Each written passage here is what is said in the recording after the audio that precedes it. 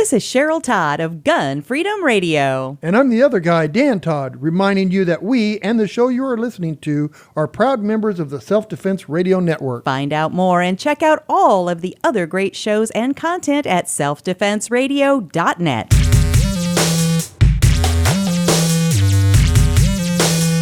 Welcome to Unload and Show Clear, the podcast about all things IDPA. And now, here's your host, living proof that without practice, there's no limit to how little you can accomplish, Lloyd Bailey.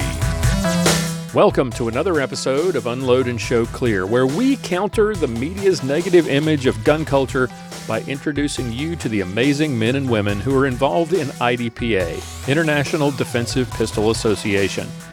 We're focusing on people, not politics. The everyday people from all walks of life, men and women who volunteer their time and effort, who spend their hard-earned dollars on travel, match fees, and gear to make this sport great. They're your doctors. They clean your teeth. They're fixing your houses, taking care of your pets. They fix your computers and pilot your planes, and they protect our streets and our nation.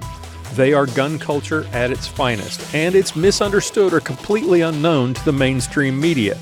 Today, I'm going to introduce you to another one of these awesome people.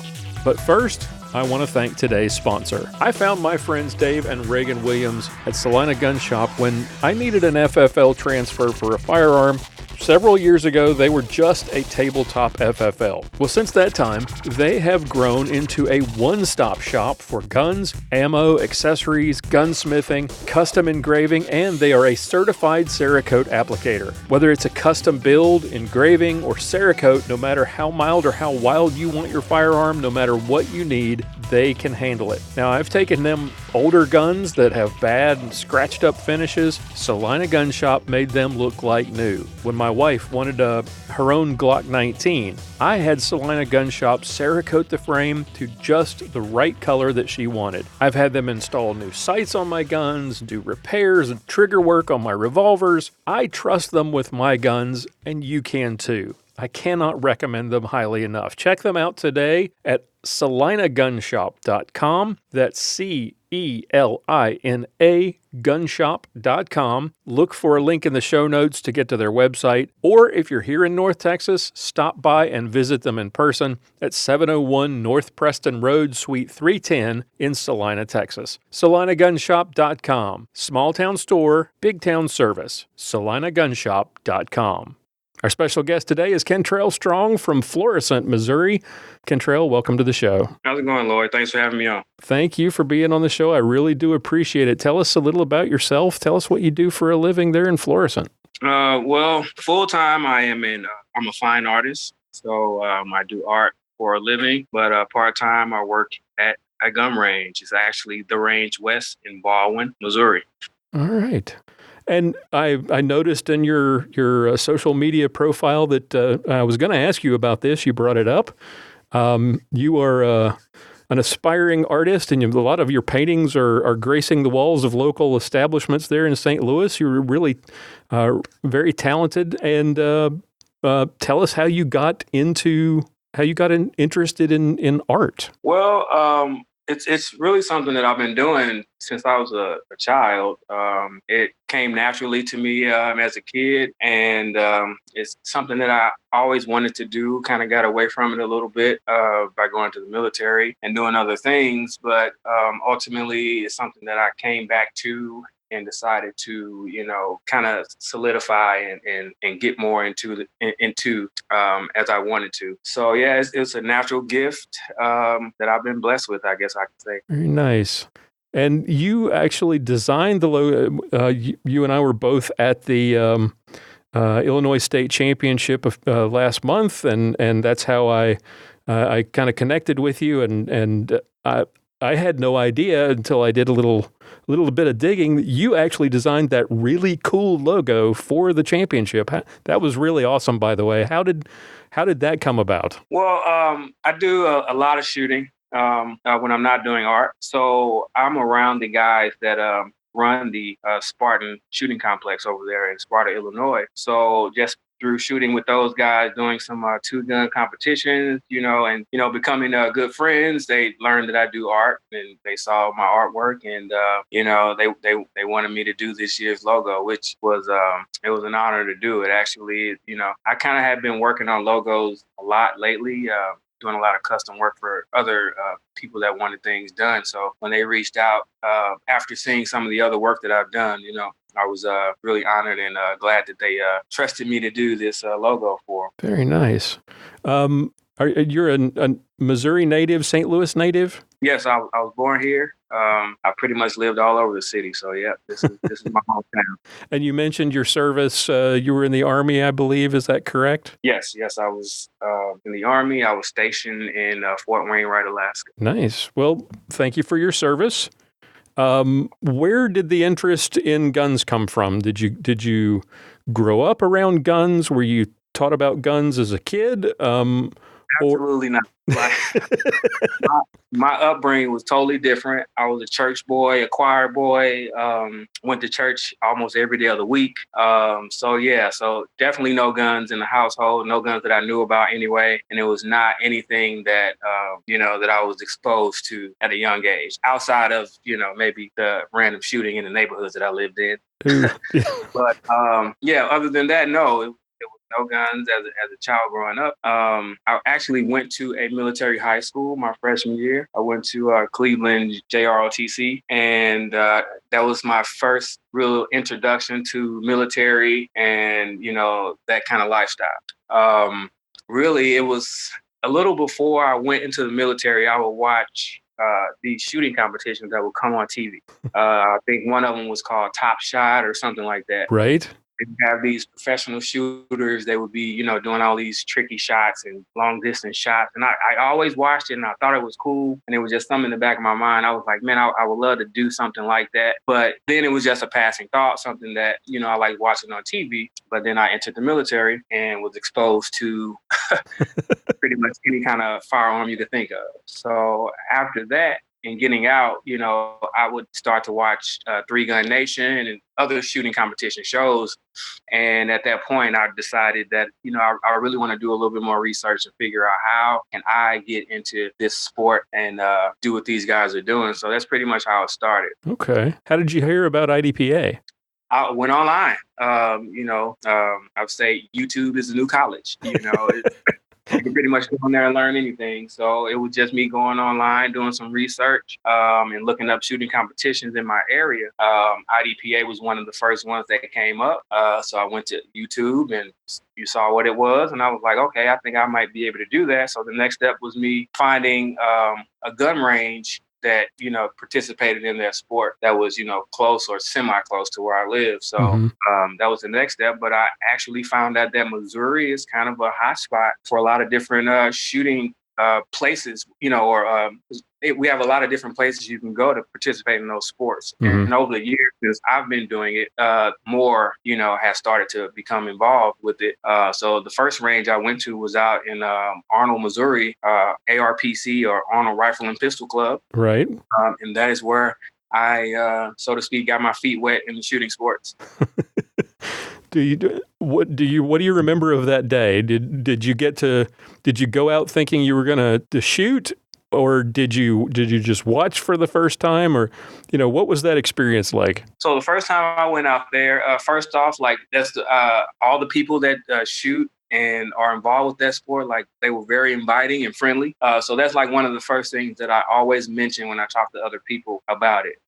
It was never a hostile environment. It was, I was always welcomed and invited with enthusiasm. Like they wanted me to shoot. So actually, to answer your question, first day I just went to go out and watch. But I did bring my pistol and some rounds or whatever, just because, I absolutely did not plan to shoot involved in the sport, but maybe to, get on the range afterwards or something like that. But yeah, they pulled me right in. They asked me if I had my gun. I did. I had a little, crappy holster. Didn't even have any magazine pouches. But they were like, if you got your gun, come on, let's go. So they pretty much pulled me in from the first day, and I've been hooked ever since. Very nice. So after that, how did that change your life, I guess? Did you jump in head first after that, or did you just sort of, slowly work your way into it? Did you go whole hog? What was the experience after that? I was all in. So I'm one of those types of people that if I get involved with something, like I'm the guy that's going to have all his own gear for it. So like if I'm bowling, like I've got a bowling bag, I've got 3 or 4 balls, like I'm going to look like a professional when I step into anything that I'm doing. So, I was all in. So I started to do more research with the shooting, though. Started to study and just, learn the rules, things like that. And that was like my first step as far as, getting comfortable with doing it. Mm-hmm. But, I would just go out to matches. I would go to any match I could go to. I was in it and I was slow. So, one of the first things that they would tell me is, don't expect to beat anybody today. Today is learning, you're just starting. So you just want to go slow and get hits on paper, so that was the main goal and the most important advice I got from the beginning. But I was all in from the start. I went and got some gear, and the next match I was ready to go. It wasn't the best gear, but it was good enough to do what I needed to do. And the good thing about it is that it's IDPA is based off of concealed carrying. So right. Having to draw from concealment was something that I did not have a lot of experience in.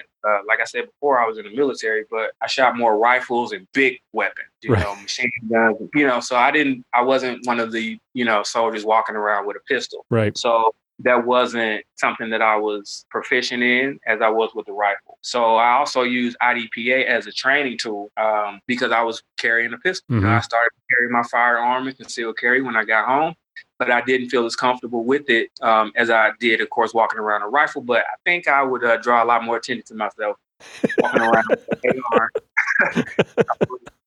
A pistol in my pants in the holster. So right, exactly. Yeah, that was like one of the first things I used it for. So I was glad that I was able to get that experience as well. But it was a slow process, but I was definitely all in and, I started to study the game. Did you do a lot of practice at home? Did you step up? There's some people who are just like, okay, well, I just go to matches. Others will say, oh, I'm doing dry fire all the time, and then I'm going to the range all the time, and then they're going to matches to sort of confirm that their practice is building their skills in the right ways. Right. What was your approach to getting better? It was pretty much, mine was do as much as I can, study myself. So what I would do is I will go to the gun range. And, of course, practice shooting live fire. But then I would bring my targets home and study them. So I was kind of OCD about it.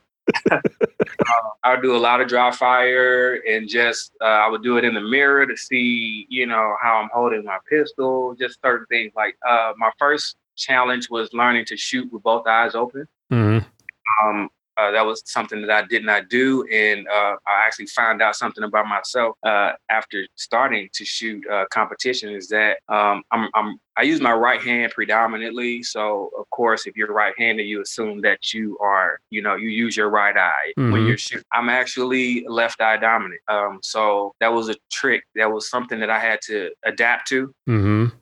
So my left eye is I can see and focus a lot clearer than I can with my left eye. And shooting with both eyes open, it becomes tricky because you get 2 targets, Right. So I figure out which eye, was the stronger one. And I had to orient my sights towards the stronger eye and, different things like that. So that was my first challenge. But after I got used to that and I was able to focus and learn to shoot with both eyes open, then I went to, different things and worked on those.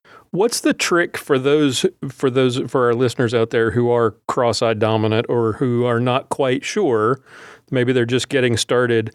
What's the trick to figuring out which is your dominant eye, and and once you determine that you are cross-eyed dominant, how do you compensate for that?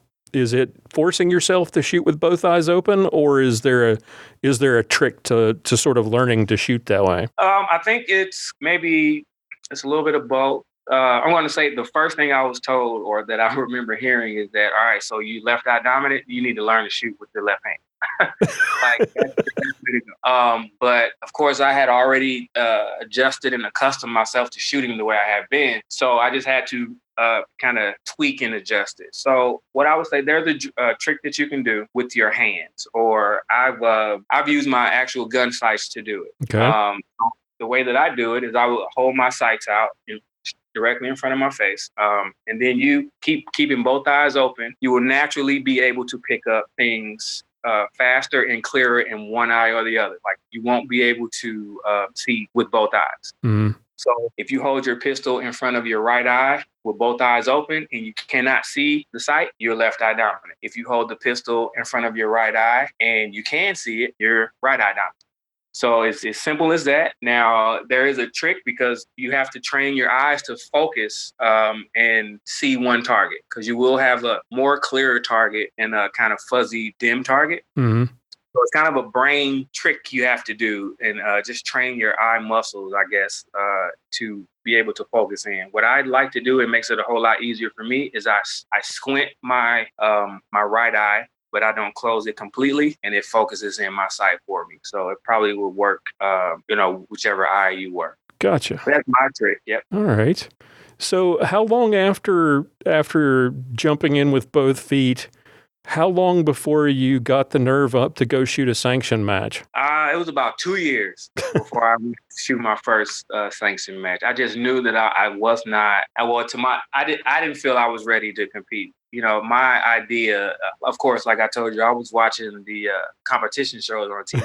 Right. So the first thing that comes to my mind in competition is like, oh man, I'm going to be shooting up against like those type of guys. So I'm not ready, So I just went to local matches and done it, that way for about 2 years. And then actually the ARPC, the first range I went to, they started to host a sanctioned match. Mm-hmm. They did the Backstoppers Challenge. They did it the past 3 years. This past year they didn't do it, but I think they do plan to pick it back up in the future. But that was actually my first sanctioned match, was out at the first range that I went to do IDPA. So that was pretty cool. But what was that day like? You get there and you've been shooting for 2 years and practicing. You've been shooting with your local club, and then you go to the Backstoppers, and you're there with all the guys with the NASCAR jerseys on.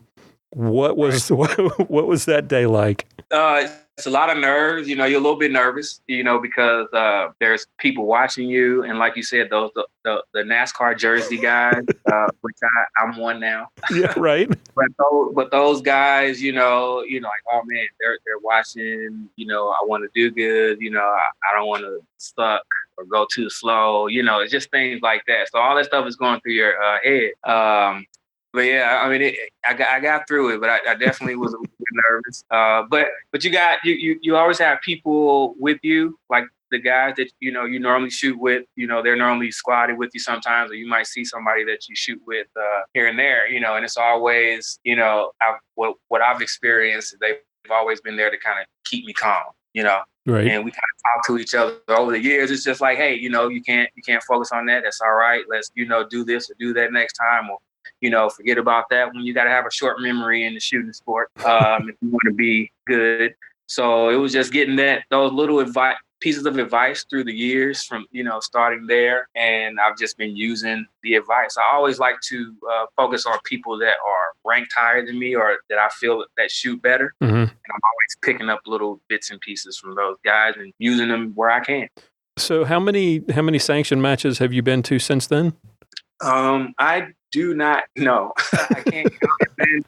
It's been definitely over 10 this year, and last year I started to travel more, do out-of-state matches. So it's definitely has increased since then. But before then, I would say I would maybe get in maybe 4 a year. Okay. Big matches, and that's because they were pretty close here. We have 2 here in Missouri or in Illinois and Missouri. So I was able to go to those with no problem. Mm-hmm. And then, there's an indoor match that I would go to. So I would do, at least 4 easy.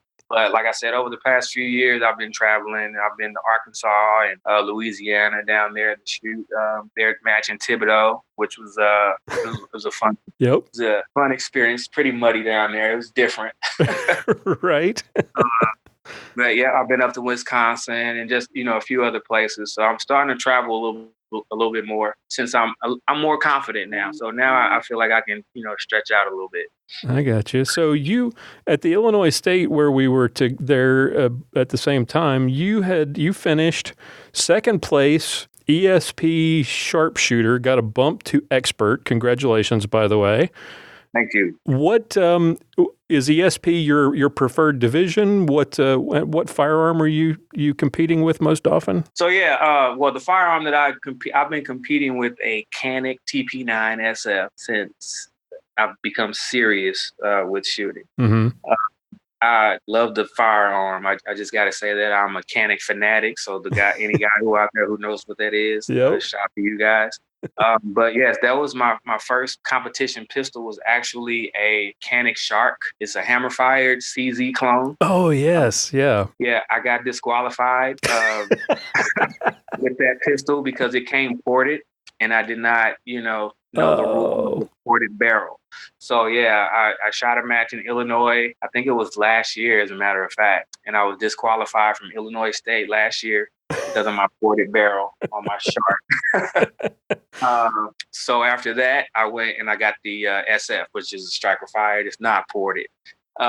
Stock service was my initial division, and I slowly eased over to ESP once I started to enhance, my guns or whatever, my pistols, and learning the rules. Of course, if you do certain things, you got to go to the next division.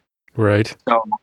So mainly, I guess over the past year or so, I've been shooting more ESP, but this year I've gotten into the CCP. Division. I got a Canik Elite, which is a little bit smaller, so that actually allows me to shoot in that division. Mm-hmm.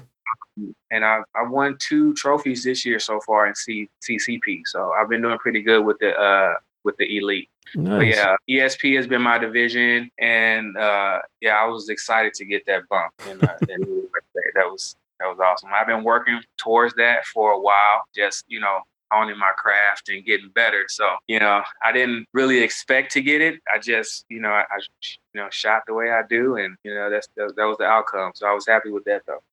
What's the most important thing that you've learned, the biggest improvement that you've seen or made in your game since you started shooting IDPA? What's different about Kentrell Strong ESP Expert and Kentrell Strong ESP Marksman? Just my shot accuracy. I've just, like I said, I've done a lot of shooting over the years to practice and get better at being a more accurate shooter. Mm-hmm. I've actually, at the range west that I work at, I came up with a 50-round drill that shooters can do to help them work on their accuracy, sight acquisition, and trigger control and recoil management. So you can do all those things with just 50 rounds. So I've been, putting a lot of work in on that end. And like I stated before, studying other master shooters and also talking to other shooters that are, masters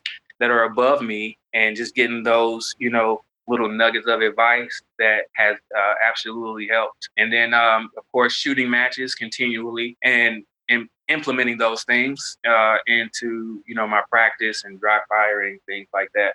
So, yeah, I just say my understanding of, the sport. So, less mistakes, or, right. It's less than before, because that buzzer is a mind eraser for any shooter, no matter what your classification is. Yep. No one's immune to that buzzer. So, but yeah, just a little thing like the movement, target transition, trigger squeeze, just the little things that make a difference, and actually shooting more smoothly and not trying to go fast as much. Right. But yeah, it's just, that definitely makes a difference. Okay. One of the things I saw that I thought I would ask you about, you had posted a picture or a video of you painting. And you talked about being in your element. How does that element, or how does that sense of, all right, this is what I'm meant to do, does your experience as a painter, as an artist, translate in any way to your shooting game? It does. Art is, not only something that I'm, naturally like talented in, not to sound, conceited or cocky, but it's also therapy for me as well.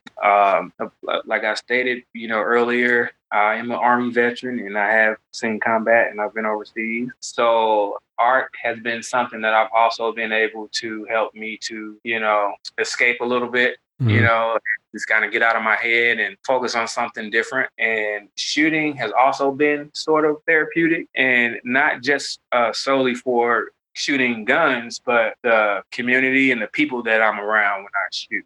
I'm more attracted to it for that. A lot of the guys that you meet, you find out that they are also veterans, or they are law enforcement, or, they've been in some kind of, combat, some of the guys or whatever. So, you get to meet those guys and hang out with them, and you kind of have a sense of that camaraderie almost, as you did when I was in the military, and if you talk to any military guy, that's going to be one of the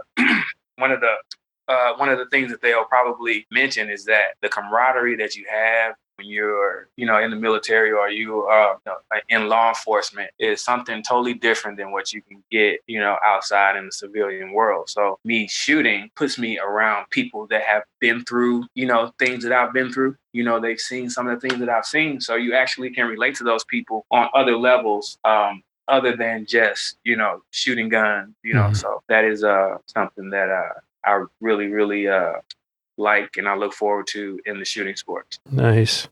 So what is it? I have a couple more questions I'm going to ask you for our Patreon subscribers, but to kind of wrap things up for everyone else, you've now gone from that guy who showed up without all the gear you needed, not really expecting to shoot, to an expert, and you're traveling more, and you're really putting a lot of effort into honing your craft as a shooter. What is it about IDPA that you love so much, that you've dedicated so much effort to it? What is it about IDPA that makes it special, makes it fun for you? The thing I'm always talking about the most is, and I touched on it earlier, is that after getting out of the military, I started to conceal carry. Mm-hmm. And like I said, I was not as comfortable, with the firearm, with the pistol, as I was with the rifle. So that aspect of it is one of the things that keeps me involved with it. And I promote it to other shooters as well. We get a lot of people that come in the range, and they take concealed carry classes, and some of them may or may not do training. But we also host monthly IDPA matches at the range. So I always try to get other shooters or new shooters to come and get involved. Like I always tell them to come and just watch. But I also explain to them that, my situation is that I actually, gain confidence in handling and, carrying my pistol on me daily, learning and, shooting IDPA. And I always reiterate to them that it is based off of a concealed carry type of, platform or background, and it's defensive shooting. So in a real life situation, you want to shoot defensively, so they make you draw, and they make you draw from concealment. You have to shoot targets in a specific array from cover, and things like that, which those are things that you would absolutely want to use in a real life situation. So the competitive part makes it fun now that I'm actually able to compete, and I'm fast enough. But I absolutely went into it to become more familiar and get more comfortable with shooting my gun, my pistol. So that is something that I always preach or, talk to people about. And that's something that I always use, right? So every time I shoot a match, it is kind of sort of training for me as well. So like I said, the competition makes it fun, but it's also a training tool. Every time I draw my pistol from concealment, I get, I'm more comfortable doing that. Loading magazines, I can do it a whole lot faster now. I don't have to look and I know where things are. So it's like the muscle memory that has been built, actually, shooting and competing is something that I can use in my day-to-day life if need be. So that's the main thing that keeps me going and keeps me talking about IDPA to other shooters. Awesome.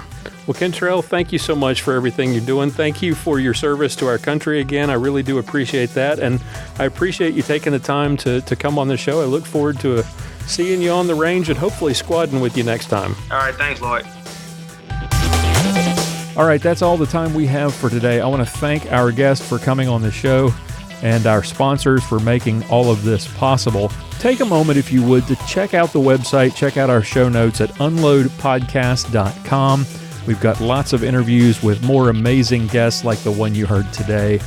Join our Facebook group at unloadpodcast.com/Facebook for all the latest updates and to connect with other fans of the show. And if you'd like to support the show, we sure would appreciate it. Consider becoming a patron at unloadpodcast.com/extra. I've got some full-length interviews and special content available there exclusively for patrons as well. And if you know somebody or you yourself would make an interesting guest for a future episode of Unload and Show Clear, please contact me at lloyd@unloadpodcast.com or click on the contact page on the website and send us a message. We'd love to hear from you. Tune in again next time for another episode of Unload and Show Clear.